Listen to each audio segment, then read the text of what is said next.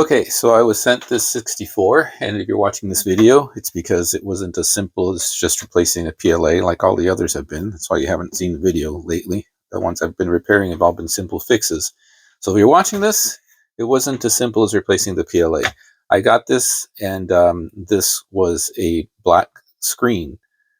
So that's the symptom. So let's plug it in really quick and just verify that.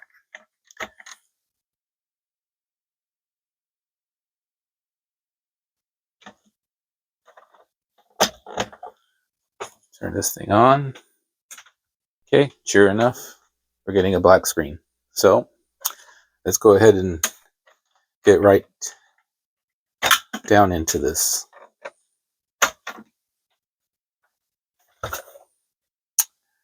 I'm already seeing that someone's already obviously been into this because I only see one screw holding this case. Let's see a screw on the other slots here. And I'm opening this and looking at this for the first time just like you are, so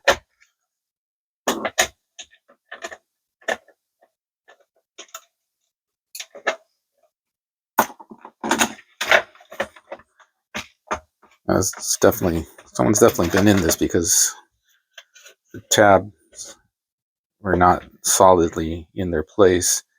And this is interesting right here. What in the world is this? All right. Looks like the keyboard has some kind of adapter. That's odd.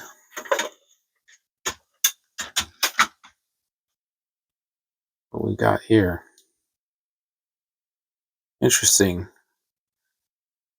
So this plugs into the key, and it looks like it has all the pins, but the interesting thing here, I don't know if the camera can pick this up, but it looks like it's some kind of a adapter where it has a 2, 4, 6, 8, 10, 12, 14, where it has 14 pins on here, but obviously the keyboard connector is a lot more than 14 pins. The other is, it looks like, well, this is going straight through. This is going straight through to the keyboard. Let's take this out.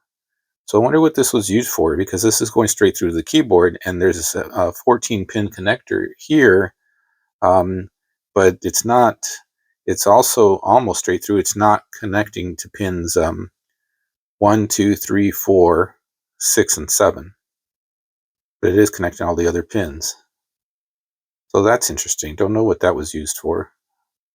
If any of you guys can give me a clue on this in the comment section, I'd appreciate that, but I don't see the value of this, especially if there's two pins specifically that are a necessity for the keyboard mapping. So that's odd. Okay. All right, let's see what we've got here. All right, let's start with our Diag.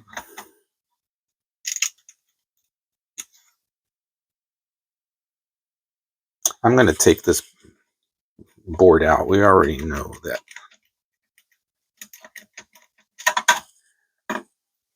Well, I mean, I'm going to take this shield off first. Let me see what we've got in here.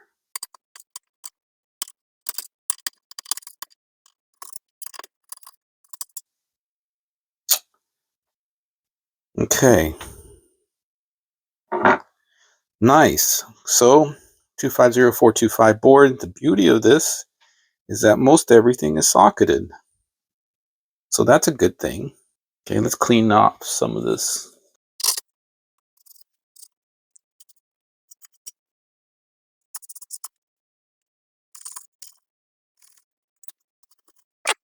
So first and foremost, before I do anything, I want to take out the SID chip and test it really quick and leave it out, because I don't want to do anything that damages the SID chip here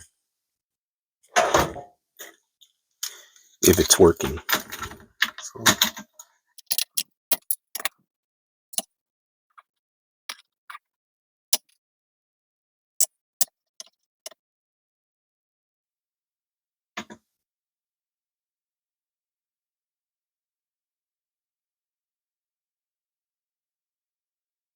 Okay, awesome.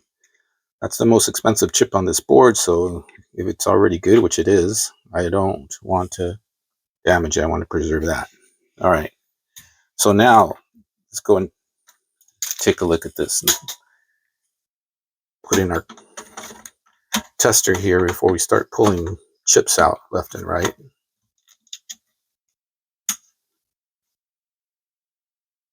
Okay, this really needs the motherboard off for it to properly seat, I think. Let's see. All right.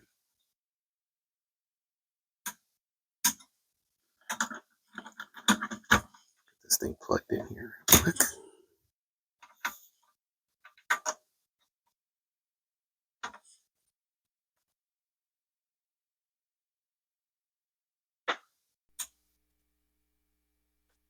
Okay, right now it's on Diag.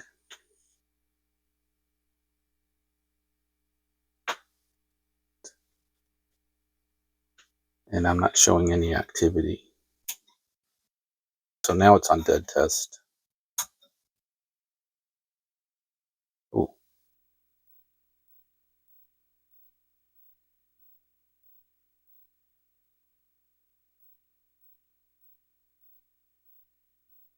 okay, so it looks like we're getting 8 flashes on here.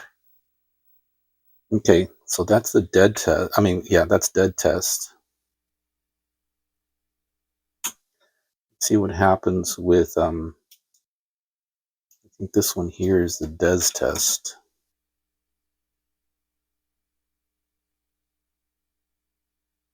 Okay, nothing's happening there. Let me see. One of these is a Dead Test. Let's see that one. Oh, there we go. Okay, the gray border says that it's failing the VIC, so we'll test that next. Just out of curiosity,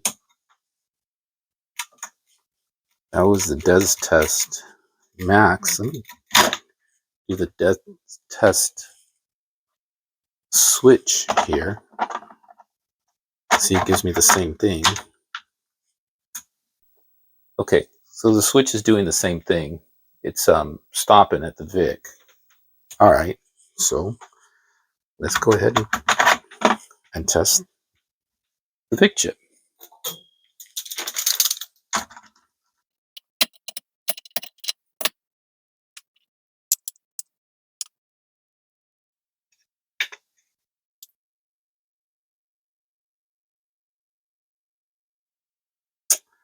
Okay, interesting. The VIC chip is good, but obviously it's the circuitry itself that it's not passing. So let's go ahead next and look at this guy here. This 8701 chip that supports the VIC.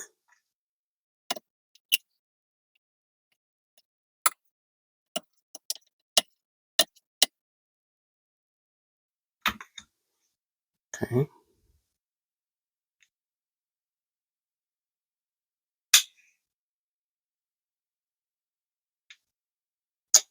All right. So the 8701 has failed our test. Okay. So in this case, let me see. It's a 7701 that's in here.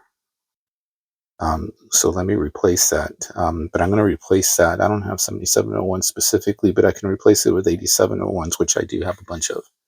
So let's do that real quick. Let me get an 8701, and let's try putting all this back and seeing if that's the case here, even though I was getting flashes. So that's interesting. Okay, there's an 8701 chip here. Make sure we test this guy. All right, so that's passes all their tests here.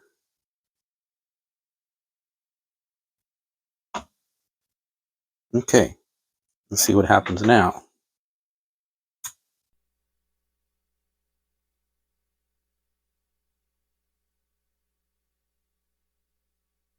So I'm still getting a black screen.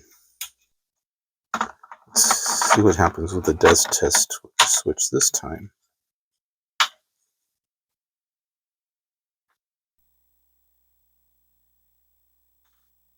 Okay, so now we're not getting the gray screen anymore. I'm getting a white border this time. And I'm getting some things that are off here, but it's obviously crashing. It's obviously not going anywhere. So let me put the Diag cartridge back on here.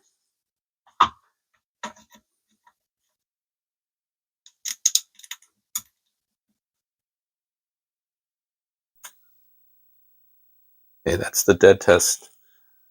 Not the switch, the regular Dead Test. It's doing the same thing, except this time it's giving me this gray border. But we already tested the VIC in the 8701.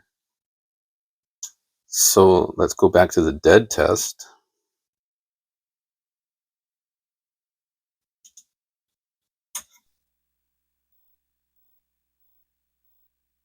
It seems like we obviously have a memory issue here. Okay, and 5 flashes. None of these things are getting hot. It's interesting this has ceramic RAM chips in it, which are pretty cool.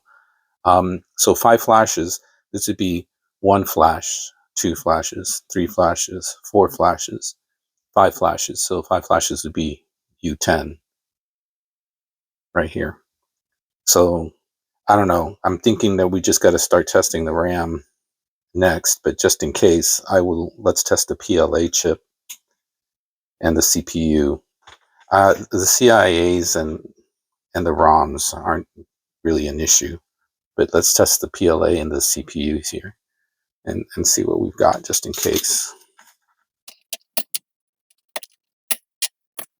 Okay, start with the PLA.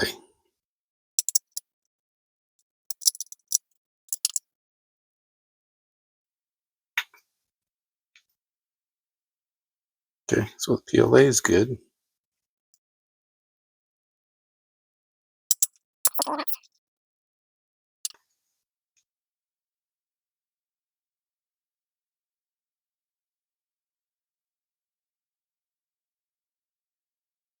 Okay, CPU is good too. All right, so it's kind of starting to narrow it down to the memory, obviously. Interesting that the DesTest didn't catch that, though. So we're going to test it once more, once I got the board out where I have a little bit more room for the cartridges to come into this holder here, because I think the case is not helping.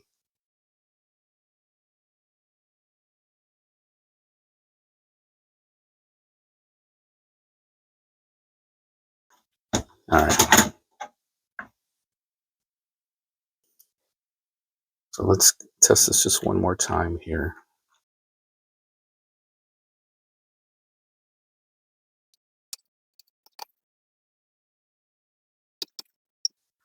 Okay. Okay, so now, what did we get before? Did we get 6 before? 1, 2, 3, 4, 2, 3. 1, 2, 3, 4, 5, 6. Okay, so now we're getting this guy here as the problem child as far as the RAM goes. Okay. All right. Let's see what the DesTest shows us this time. Okay, so it still shows the gray border. So it's testing the VIC. So it wasn't that the gray border that the VIC was bad, it's just that it went through the VIC. But it's obviously stopping between, at the VIC testing and not going any further beyond that. So, okay. We're getting a myriad of flashes here. So I'm just going to stick to basics and let's start ramping up some of these RAM chips here. And let's start with the first flashes that it gives us.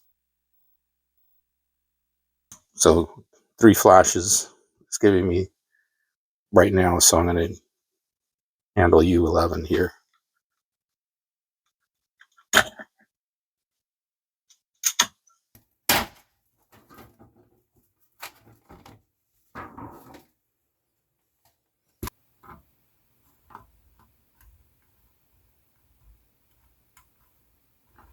The reason I'm using paste instead of the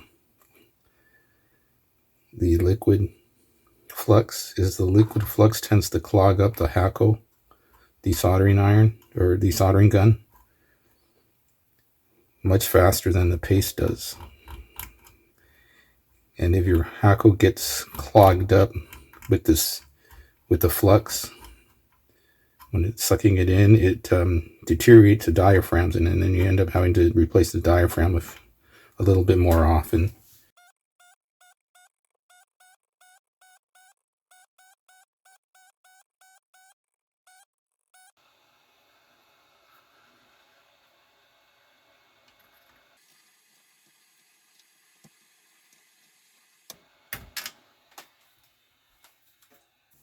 Okay, so here's our first RAM.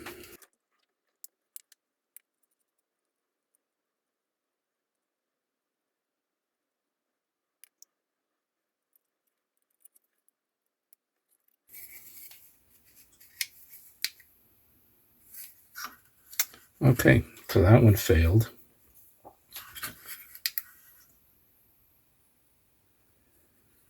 Okay, so let's replace that.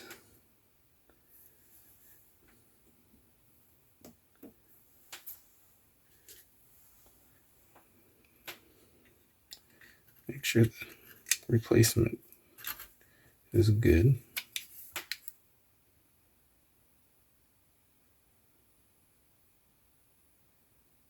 Okay. All right.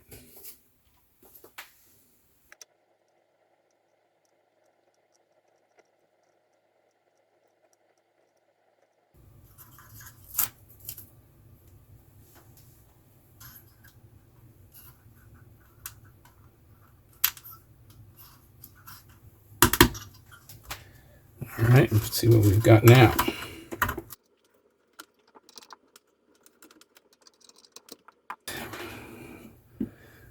Is up this time.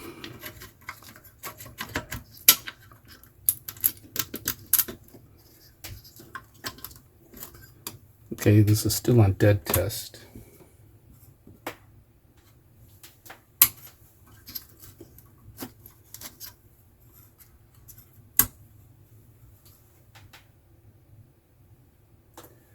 Interesting. So now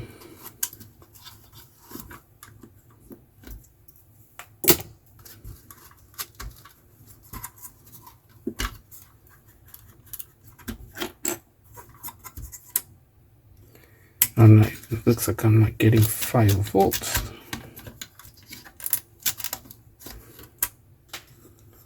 Well, that's interesting. Well, the reason I'm not getting 5 volts is because I put the RAM chip in backwards, upside down. So that's not good.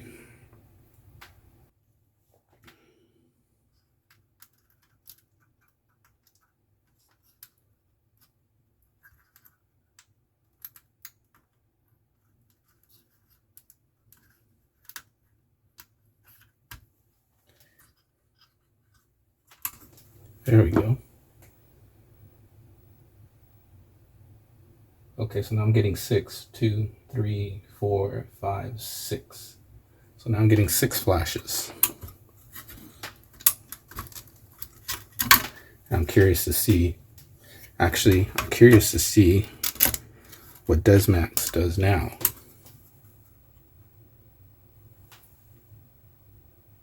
Okay, it's still stopping at the gray area, so it's still going through the VIC. So 6.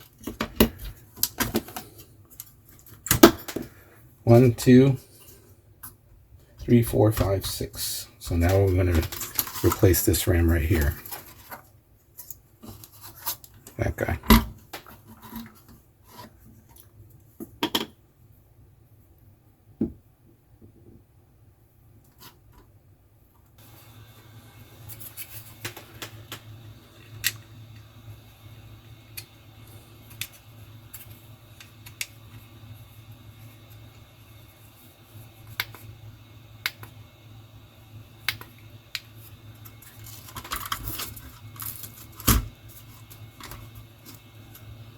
Okay, so that guy is good. So the 6 flashes, 1, 2, 3, 4, 5, 6, were a misnomer. So let's put this guy back in. It tested good, but let's go ahead and replace it anyways, just for consistency. This time we'll make sure we get the chip in the right direction. All right.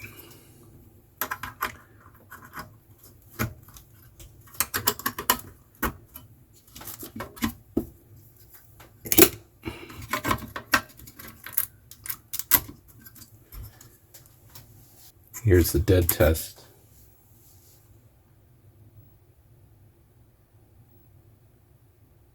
So now it's just showing 1 flash. Okay, well,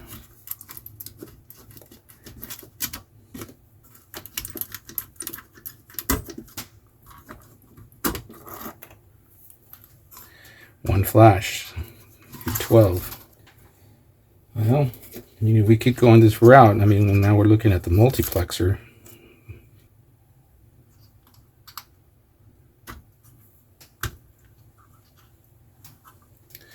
All right, see what we got now.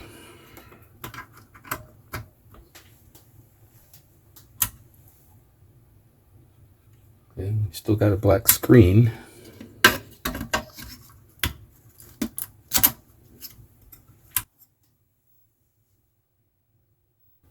And we still have only 1 flash. And so we replaced U12. We got 1 flash, so that means we should go on to the multiplexers. But I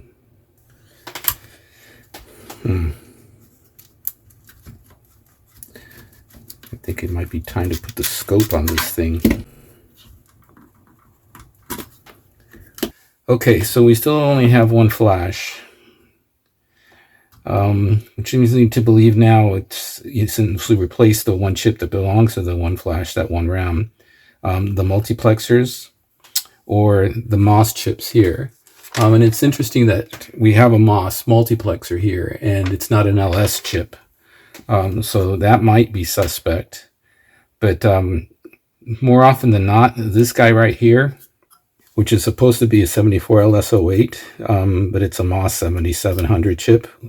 These guys are notorious to go bad, the 77s, when they're not LS. So I'm going to replace this guy first, because this guy is usually the bane of my existence.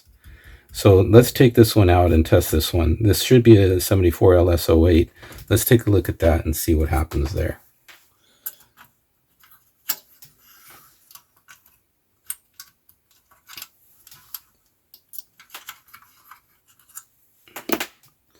Okay, so let's test this guy. This should be a 74LS08, right?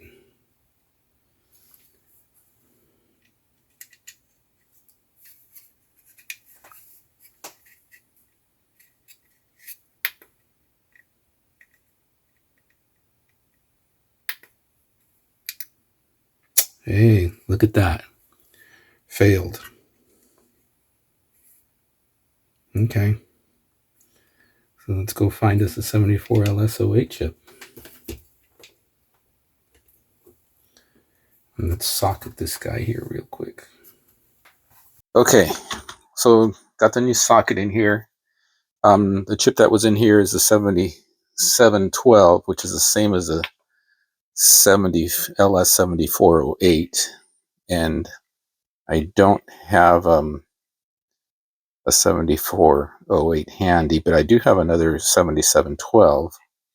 So let's just go ahead and test this and make sure.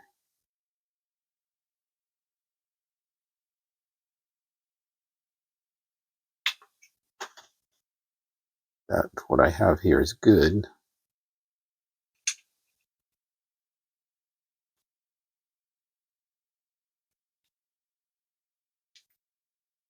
Okay, so that's a good chip. Put this in here. And let's see what we've got now. Okay.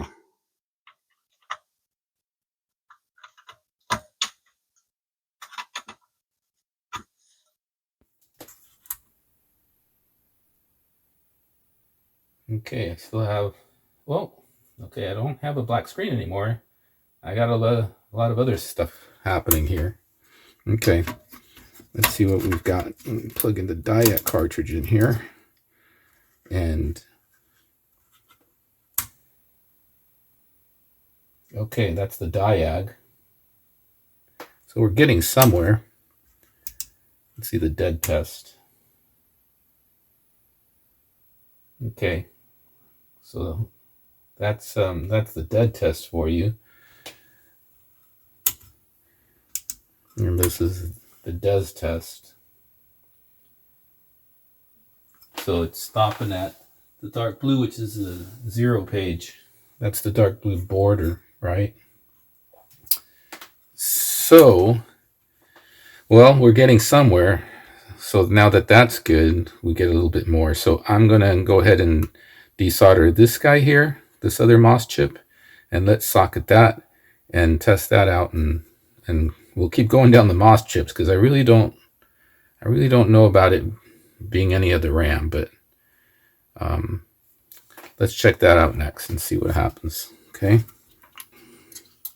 I'm gonna pop this guy out here.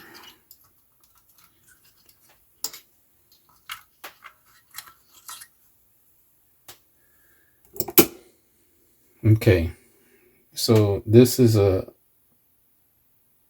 7709 chip, which is the same as a 74258. So let's go ahead and test this guy.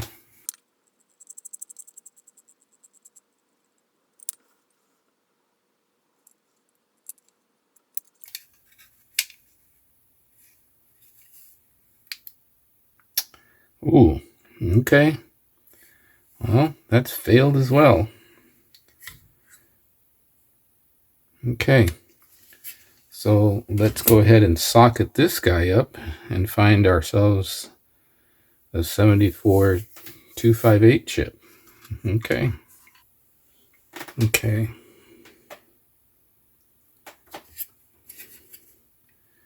We got a 258 chip here.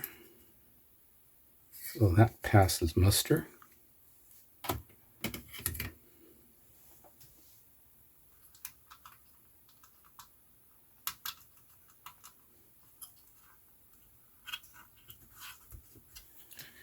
All right. Let's see what we've got now.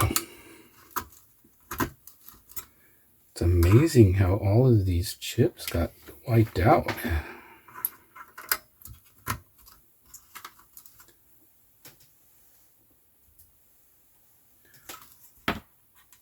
So look at that.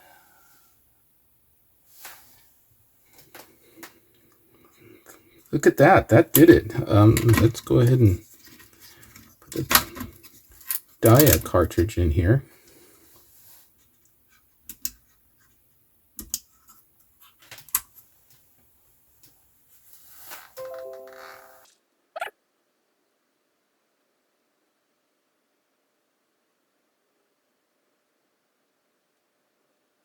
All right. So that's great. Let's do the Dead Test here really quick. Now I'm not using the Switch right now. I'm just using the regular DesTestMax because the Switch is going to go through all of the memory, which we can do off of this video.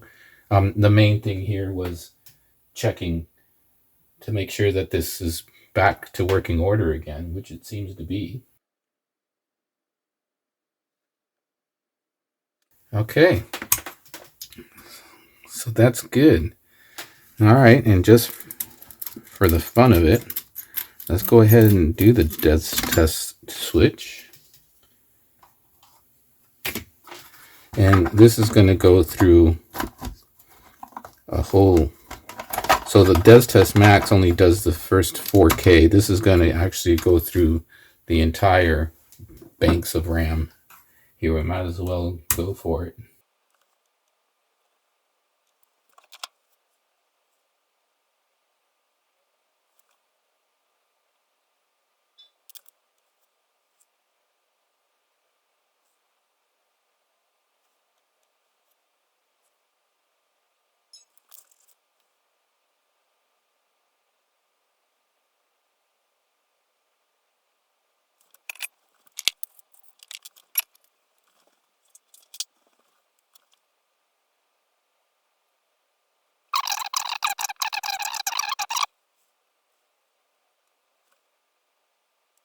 Okay, so finish the first iteration. We won't go through any more.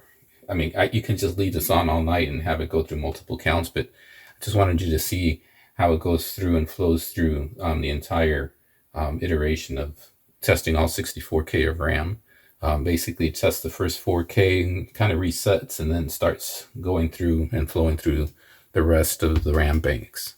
Okay, so let's summarize what we've done here. All right, so we had a black screen. Diag didn't run, black screen. Dead Test gave us flashes. DesTestMax stopped at the VIC with the gray border. So hunch was first, we tested the VIC, we tested the PLA, those are fine. We tested the CPU, those are fine. But the fact that it stopped at that border bothered me. We tested the 8701 and found that that was bad. So that's one of the first chips they replaced. Then we found that running the tests again, we started looking at the flashes. Diag wouldn't run. Dead Test would give us flashes. Mem Test would also stop at the VIC as well. So we took the diagnosis from the Dead Test, looked at those flashes. I think it was 6 flashes, and replaced the RAM. Found that RAM was bad. Ran the diagnostic test again. Dead Test still showed flashes. Diag still didn't run. Mem Test still stopped. So it took the next set of flashes from the Dead Test, replaced that RAM, and found the RAM was actually good. Still followed the Dead Test, replaced the next RAM, and found that RAM was still good. That RAM was good as well. So I stopped looking at the RAM after that. Didn't trust the flashes on the Dead Test anymore. But then I started thinking, well, it could be the multiplexers, or it could be the MOS chips, and there was these 3 MOS chips here. Didn't think it was the multiplexers, but it could have been. But my past experience always showed that these 2 MOS chips were always very undependable. So replaced and diagnosed this MOS chip here and found that was bad. As soon as we plugged that and got the replacement for that, this was a 74LS08.